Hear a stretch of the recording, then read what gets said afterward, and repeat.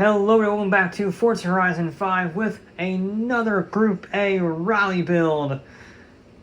And also the last traditional Group A rally build because, well, Forza Motorsport is coming out pretty soon. I might do some stuff on that game.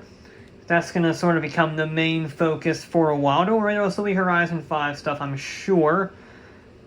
But still. The build series, at least, always come to an end whenever a new Forza game comes out, and this one is no exception. So I figured if we're going to do one last traditional build before we start experimenting, why not make it a little bit of a loophole?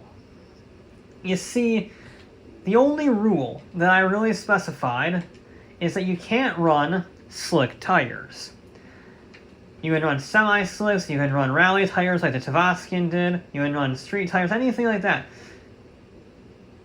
I didn't say anything about vintage race tires. Now, in every other situation, vintage race tires are slower because they're usually white walls or old school cross-ply, something like that. Look at even the diagrams, even the picture shows old school 1950 style racing tires, but on the Monte Carlo, you get the Goodyear NASCAR slicks, which means they're actually grippier than the race tires. Yeah. So we're going to have some fun.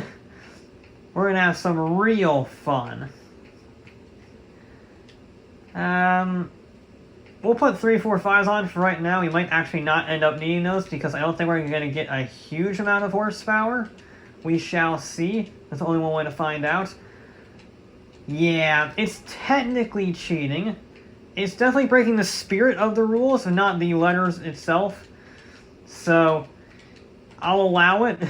I'm really curious how slick tires will fare in A-Class. Why am I putting a race clutch on? We'll get to that later. Actually, I haven't put in a race clutch. Yeah, it's from the 1980s. We probably want that. We'll put the sport gearbox in. We want the racing diff. All of those goodies. And then can we use the stock engine? I like to not use that. Well, we should be able to, surely. Maybe with some forced induction. No. Alright, I'm glad we didn't because we literally can't fit any other engine in, so we gotta work with what we got. We'll go with a supercharger because it's American. Alright, it's an American car. And why not put a massive supercharger on it? So we're gonna get a decent amount of horsepower. It's not gonna be anything too outlandish. Again, I really don't want to do that. But I don't think I have a choice. Yeah, I don't have a choice, so I feel like I'm missing something. What am I missing? Well, we'll put a race transmission on. That'll bring it up a bit. Got that. U. Oh. We'll put U on, then we'll go over to the drive line, put U on, and then we'll go to a hood, and that should get us the rest of the way there. God damn it. Okay, tires. Can I sneak the flywheel on? That's not a flywheel. Nope, I can't do that. That's ridiculous. Taking 6 pounds out, that's way too much. Alright, so I can't take 6 pounds out, but I can take 12. Alright, sure. That works with me. 383 horsepower, 386 torque, 2,900 pounds. Not a stellar power weight ratio. It's better than the Fiesta from last time, but it's not really saying a huge amount. But critically, those tires are going to be a lifesaver in the canyon area. This is probably our first real shot of beating the Holden Tirana. That's at a 240.2. It's all going to come down to the corners. It has a little bit less horsepower than the Tirana. It's a little bit heavier.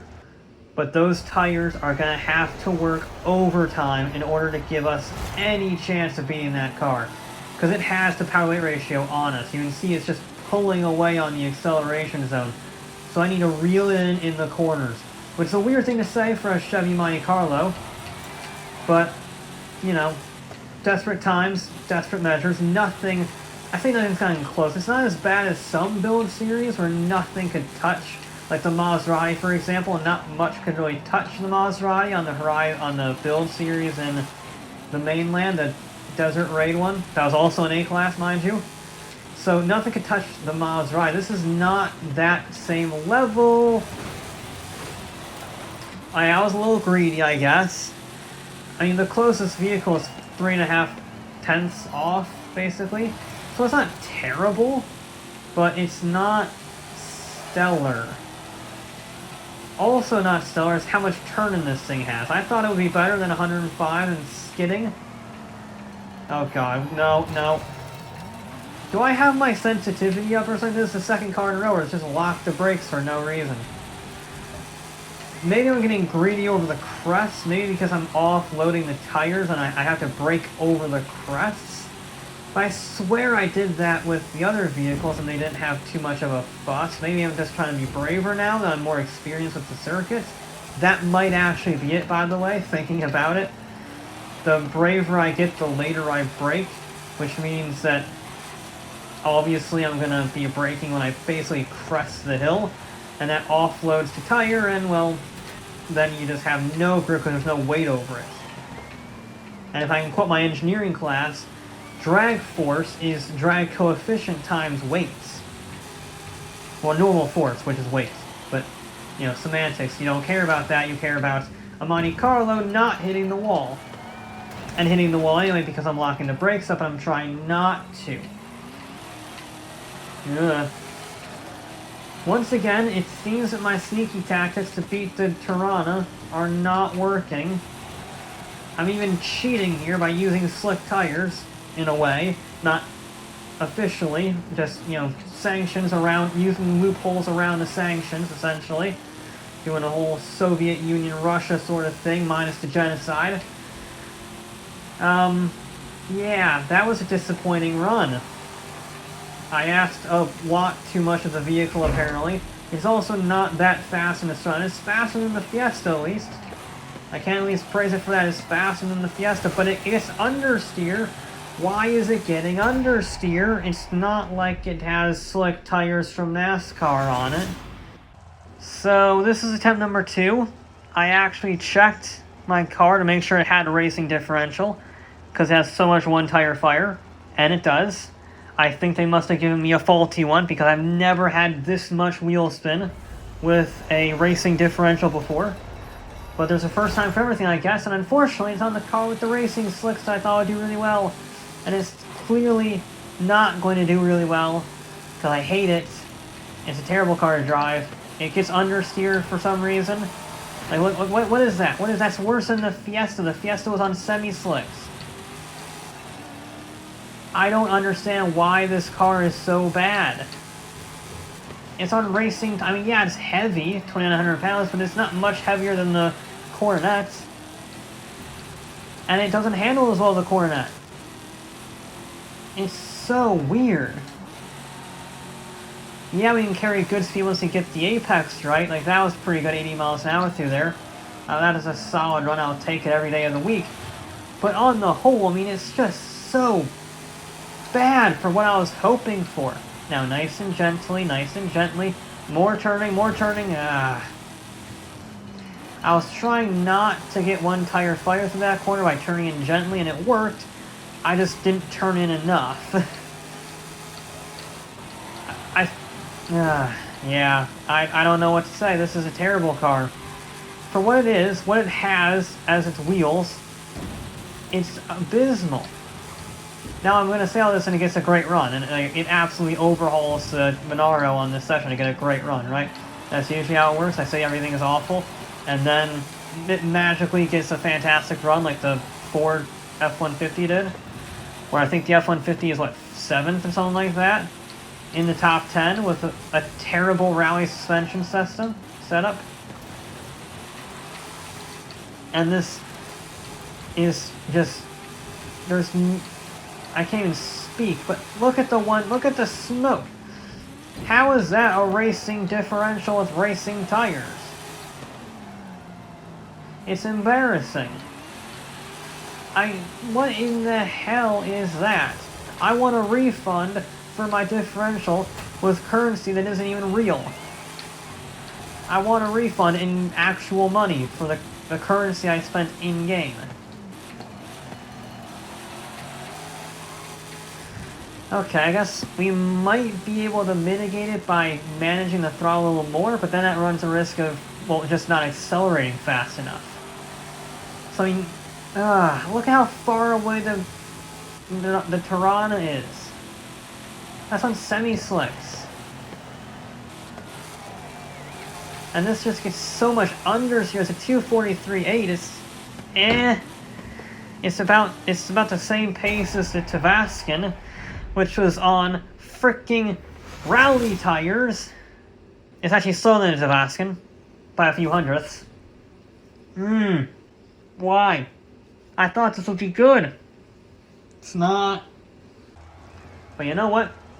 We still have a third and final run to maybe crack into the top 10.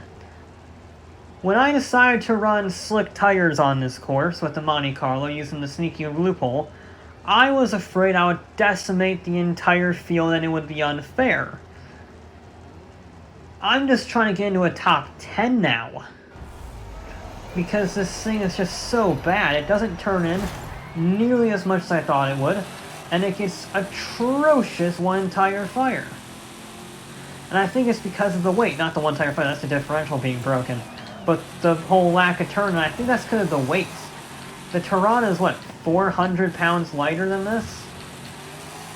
And, yeah, it has a little more power, which would help it on the acceleration, but that lightness through the corners is mitigating any benefit that these tires may provide.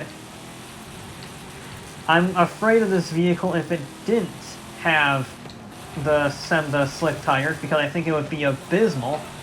That was a good run through there, though. I'll take that. Nice and smooth. Okay. Alright, that was a good sector. Now we just need to not hit the wall and not get one tire fire. Alright. Not perfect. But that was really good. That was really quite good. I didn't lock up on the crest of the hill. I will take that any day of the week. Yes, that is how you do the first half of that course. That is more like it. Okay. Now carry the speed, there we go. We're still not going to win, because the Tirana just keeps building its lead. But it's certainly going to be an improved run. Not saying much given the last two, but still. It's gotta be faster. It would be weird if this run, which looks really nice, wasn't actually any faster. There we go. I actually, again, mitigated the throttle there a little bit, so I didn't get that. I'm just going like 80% throttle. 80%, that's all. Which is annoying because I don't have much horsepower to begin with. And I can't even use all of it because of the whole differential issue. But again, you can drive around it. And that's what you guys gotta do. That's a trait of a good driver, is working with any vehicle to get the maximum performance out of it. Okay, we're significantly better. The Tirana is still running off into the distance, but at least we aren't going to be 5 light years behind again. We've sort of locked up again. However, it's going to be a 242.1. Alright. That is more like it. We're what? Yeah, we're 5th, I think. So we basically split the Toyota triplets, the Supra and the MR2. So a 242.1 is fractionally slower than the Supra, and it's a few tenths faster than the Toyota MR2. It's faster than the Coronet, thank God. If this didn't beat the Coronet with slick tires, I'd be disappointed. And pretty much everything else after it is super lightweight grip monsters. You know, the Tirana, the Alpine, the Mugen, with the exception of the Supra. That's a lot better. That's a lot better. It's still disappointing that it didn't win. It's 2 seconds off the pace of the Tirana. But a top 5 is acceptable. given how the run started. You could probably get it into a 242 dead at 241.9 if you really get a perfect run, but it just can't put its power down efficiently enough to make use of its insane tires. But there you go. That'll be it for this episode of Forza Horizon 5. I'll be back with more.